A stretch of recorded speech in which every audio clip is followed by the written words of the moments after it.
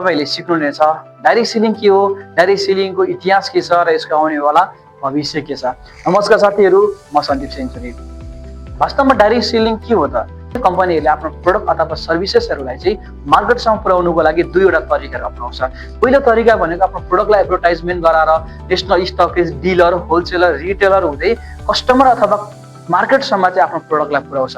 र अर्को सेकेन्ड तरिका भनेको चाहिँ कुनै पनि आफ्नो प्रोडक्टलाई चाहिँ directly word of mouth advertisement गराएर चाहिँ कन्ज्युमर अथवा मार्केटसम्म चाहिँ आफ्नो प्रोडक्टलाई पुर्याउँछ भने यो जुन सेकेन्ड तरिका छ यसलाई नै के भनिन्छ, डाइरेक्ट सेलिङ मोडुलेसन अथवा प्रत्यक्ष बिक्री प्रणाली सिस्टम भनेर भनिन्छ। र यो डाइरेक्ट सेलिङमा काम चाहिँ कसरी हुन्छ भने, फर इक्जाम्पल एउटा फिल्म हेर्नुभयो, तपाईँलाई मन पर्यो त त्यो फिल्म तपाईँले आफ्नो साथीभाइलाई सेयर गर्नुहुन्छ र साथीभाइले त्यो फिल्म तपाईँको कुरा सुनेर हेर्नु जान्छ भने यसलाई नै के भन्ने त, त्यो फिल्मको वर्ड अफ माउथ एडभर्टाइजमेन्ट भनेर भनिन्छ। यसको इतिहास चाहिँ के छ त? डाइरेक्ट सेलिङको इतिहास चाहिँ के छ त? यसको सुरुवात चाहिँ कहाँबाट भयो त? 1855 मा अमेरिकाबाट यसको सुरुवात भयो।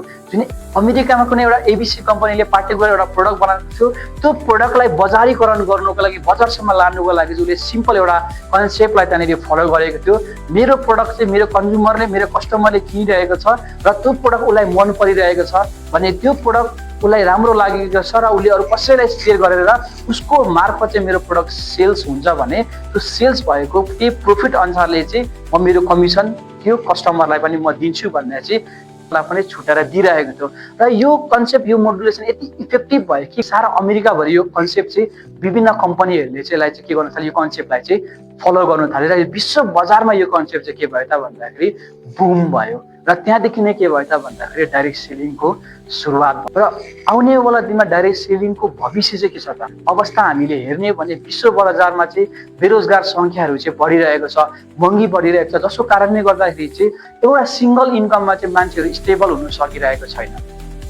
र डाइरेक्ट सेलिङले चाहिँ यसमा एउटा राम्रो रोल प्ले अहिले खेल्दै आइरहेको छ भयो। आजको दिनमा हामीले गुगलमा सर्च गरेर हेर्ने हो भने पनि विभिन्न ठुलो ठुलो देशहरूमा चाहिँ 50 to 60% मान्छेहरूले चाहिँ डाइरेक्ट सेलिङ गरिरहेको छ र बिलियन्स अफ डलरको टर्नओभर चाहिँ डाइरेक्ट सेलिङले आज गरिरहेको छ। इम्प्लोइमेन्टको क्याटेगोरीको मान्छेलाई इम्प्लोइमेन्ट प्रोभाइड गरिरहेको छ र एउटा इम्प्लोइमेन्ट एउटा प्रोभाइड गरिरहेको छ, एउटा काम प्रोभाइड गरिरहेको छ र एउटा साइड सोर्स अफ इन्कम गर्न चाहने मान्छेहरूको लागि पनि एउटा साइड सोर्स अफ इन्कमको बाटोहरू प्रोभाइड गरिरहेको छ। नेपाल सरकारले पनि यो कन्सेप्टलाई चाहिँ बुझेर डाइरेक्ट सेलिङको नियम कानुनहरू बनाएर, प्लान्सहरू बनाएर चाहिँ आज नेपालमा पनि यसको सुरुवात भइसकेको छ। र तपाईँले पनि आफ्नो सुरुवात एउटा डाइरेक्ट सेलिङमा राम्रो तरिकाले गर्न सक्नुहुन्छ।